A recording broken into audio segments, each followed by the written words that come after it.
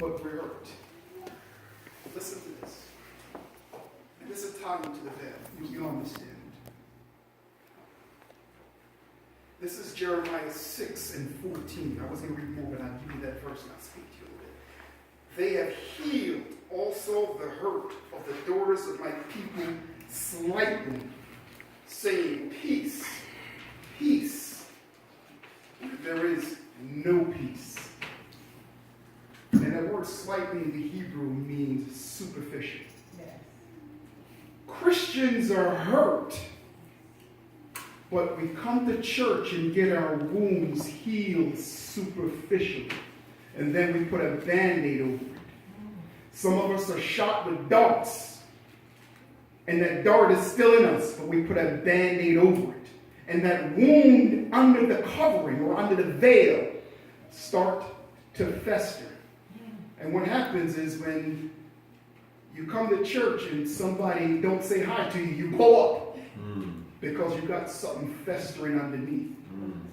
The things that come out of us are symptoms or clues of what's going on in us. But we keep the veil on to keep people thinking that we got it together. There's nothing wrong with knowing that you're messed up, because when you know you're messed up, you know you need to get yourself help. Right. But when you put the veil on and pretend, you act like you got it together, you continue on in that mess. And that's the danger of continuing to wear that veil. Yeah. They have healed the hurt of my people slightly. I've noticed that Christians are, in many aspects, in many respects, more unhappy than the people in the world. My Lord, help Jesus. And I don't understand that. Christians that should be full of joy, Yep. that should be full of peace, are some of the most miserable people that you can come across sometimes. Why? Because there's a veil on. Believers are hurting, and their wounds are being superficially tended to. They've not gotten down to that deep-seated healing where the Spirit of God comes in by the Word and pull out that thing that's festering. We have healed the hurts of the people of God slightly, saying peace, peace, when there's no peace. I'll ask you a question and you think on it. How many here that are born again can truly say that you have peace, full peace, the peace of God that passes understanding?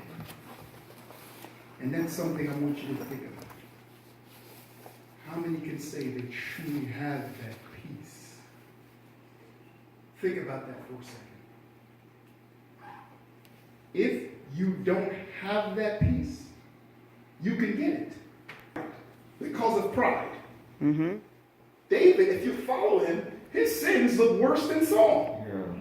He took another man's wife, killed the man, and lied about it. Yep, set him up. But the Bible said, I've called David a man after my own heart. And the reason is, after David was wounded, he didn't put that mask on. He didn't live with the pretense. But he turned to God and said, Lord, I messed up and I messed up. Save me and deliver me. Heal me and set me free. And I want to put something out there. I believe it's Luke 6 and 17. That as I'm speaking to you today, as I'm teaching you today, that the presence and the power of God will be here to heal you as I'm teaching. Amen. If you need something, let your faith arise and grab onto it. Yes. Because the scripture says, as Jesus taught them, the Pharisees and the scribe around, and the power of God was present to heal them.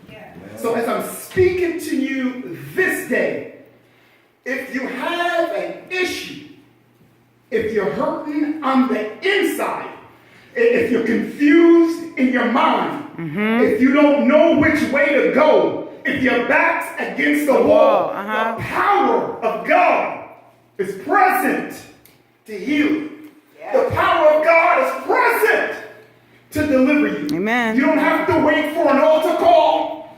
You don't have to wait for anyone to summons you. But when your faith arrives, the power Yes, God. of God Amen. will heal you.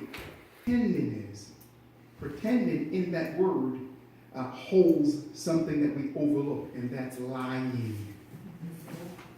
We live a lie about our situation. If you're hurt, you're hurt. There's nothing wrong with being hurt, because the nature of hurt is it's often inflicted by someone else against your will. So if you're hurt, there's nothing wrong with expressing, Lord, I'm hurt. But when you act like there's nothing wrong, the situation compounds, because you start to draw back, you start to stand by yourself. And that's when your wounds start to fester.